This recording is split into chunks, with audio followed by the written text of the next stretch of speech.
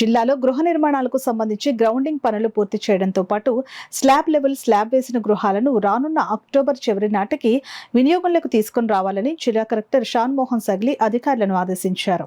Housing, జిల్లా Praja Parishad, DWAMA, Panchayati Raj, RWS, సమగ్ర శిక్ష, ఏపీఈడబ్ల్యూ, ఐడీసీ, డిఆర్డీఏ శాఖల అధికారులు, పిఠాపురం, గొల్లప్రోలు, కొత్తపల్లి మండలాల అధికారులతో మంగళవారం కలెక్టరేట్లో జిల్లా కలెక్టర్ షాన్ మోహన్ సమీక్ష నిర్వహించారు.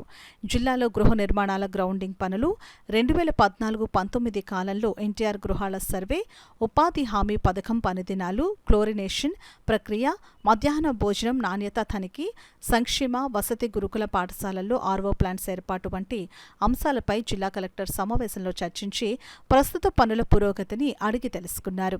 ఈ సందర్భంగా జిల్లా కలెక్టర్ షాన్ మోహన్ మాట్లాడుతూ పునాది బేస్మెంట్ లెవెల్లో ఉన్న గృహ నిర్మాణ పనులను వేగవంతం చేయాలని అన్నారు.